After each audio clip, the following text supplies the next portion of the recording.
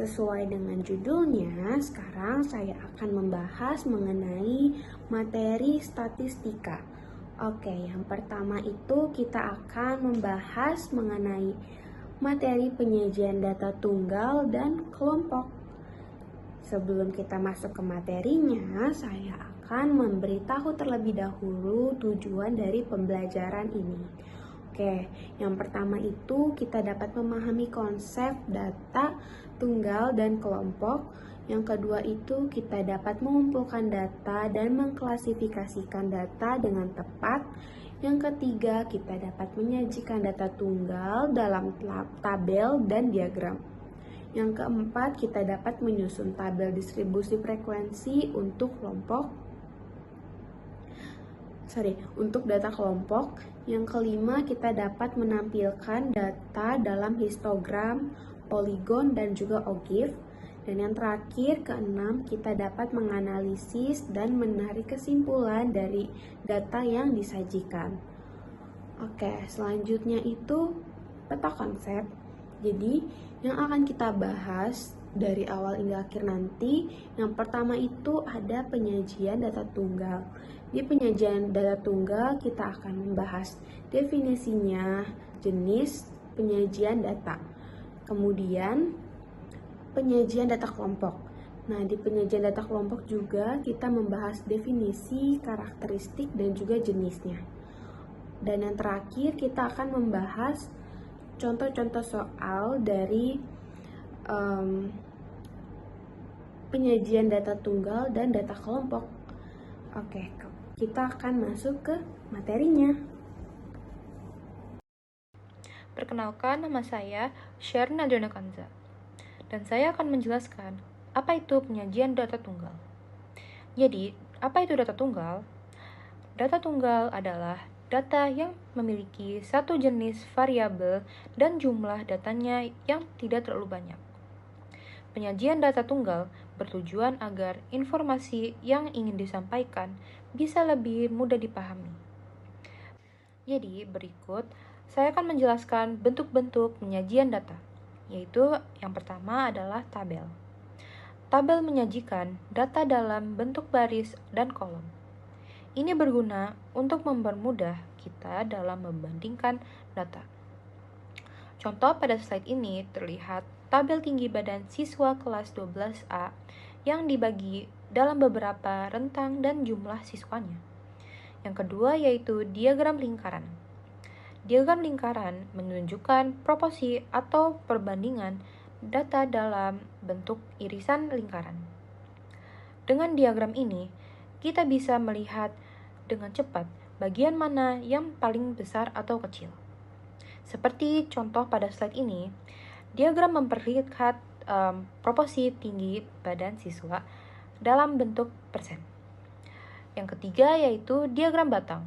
Diagram batang menampilkan data dalam bentuk balok atau batang, vertikal atau horizontal. Ini cocok digunakan untuk membandingkan jumlah dari beberapa kategori. Contoh pada slide ini menunjukkan perbandingan jumlah siswa yang mendapatkan nilai 100 dari tahun ke tahun di dua kelas yang berbeda. Selain bentuk-bentuk tersebut, data juga bisa disampaikan lewat narasi ataupun teks, yaitu dijelaskan dengan kata-kata dalam bentuk paragraf untuk memperjelas isi data. Berikutnya, saya Jandri Igorski akan menjelaskan tentang penyajian data kelompok. Penyajian data kelompok adalah proses mengorganisir dan menyajikan data yang telah dikelompokkan atau dikelompokkan menjadi beberapa kelas atau interval, sehingga data menjadi lebih mudah dipahami dan dianalisis. Karakteristiknya ada data memiliki banyak angka dan perlu dikelompokkan. Data disusun menjadi kelas-kelas interval dan biasanya digunakan dalam statistik atau penelitian besar. Selanjutnya, ada bentuk-bentuk penyajian data kelompok. Yang pertama, ada distribusi frekuensi. Yang kedua, ada OGIF atau kurva kumulatif. Yang ketiga, ada poligon frekuensi. Dan yang keempat ada diagram batang atau histogram. Yang kelima ada diagram lingkaran. Yang keenam ada box plot. Yang ketujuh ada diagram batang daun. Yang ke-8 ada piktogram.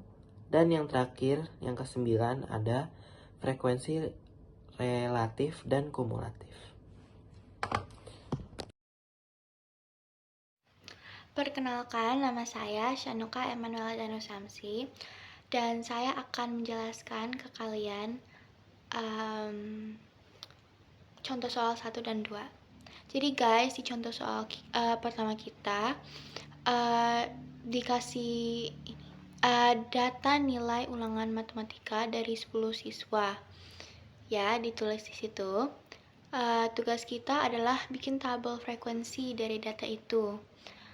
Nah, pertama-tama kita cari nilai paling kecil dan yang paling besar, yaitu ditulis di situ 78 dan 92. Terus kita hitung jangkauannya, hasilnya 14. Nah, abis itu kita pakai rumus buat nyari jumlah kelas, yaitu 1 plus 3,3 log N. Dan karena datanya ada 10, hasilnya jadi 5 kelas.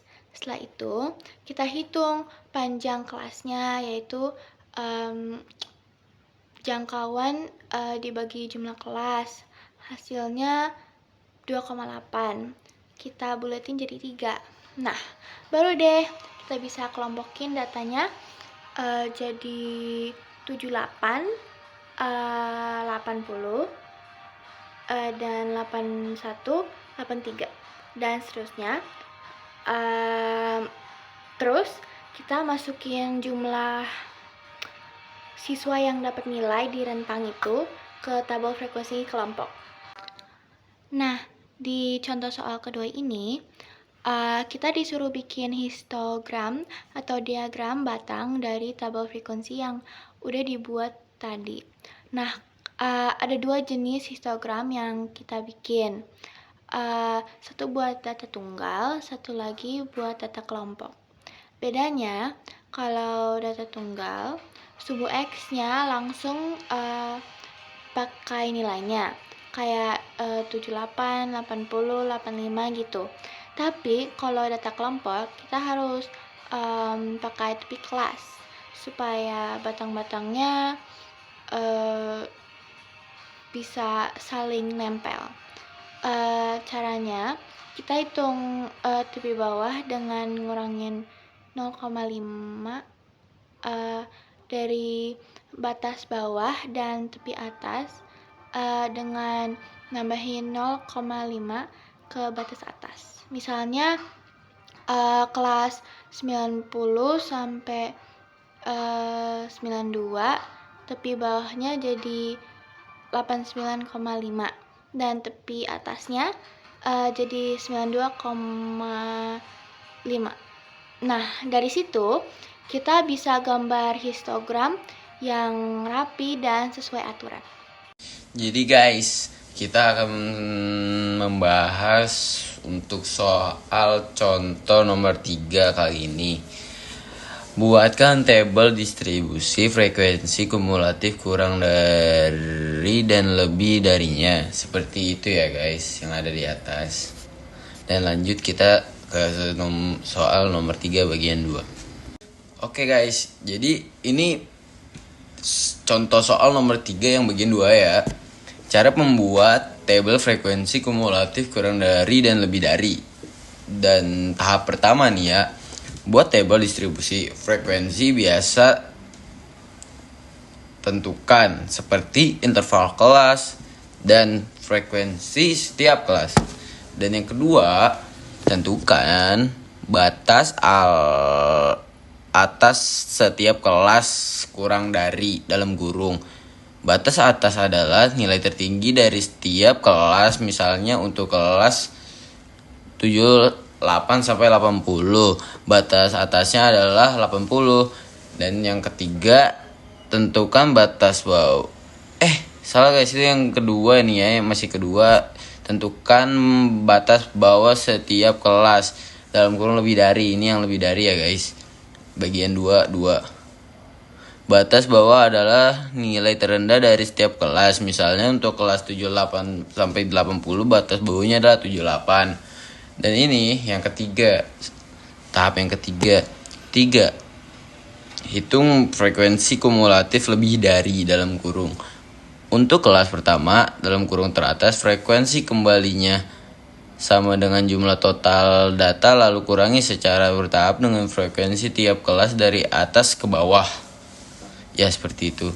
Dan ini 3 bagian 2. Hitung frekuensi kumulatif kurang dari dalam kurung. Frekuensi kumulatif adalah penjumlahan frekuensi dari kelas pertama hingga kelas 1 tambahkan satu persatu secara berurutan dari atas ke bawah. Dan ya, kita akan lanjut ke soal nomor 4. Dan ini dia soal nomor 4, yaitu buatlah diagram OGIF dari data tabel distribusi kumulatif kurang dari tersebut. Dan ini contohnya.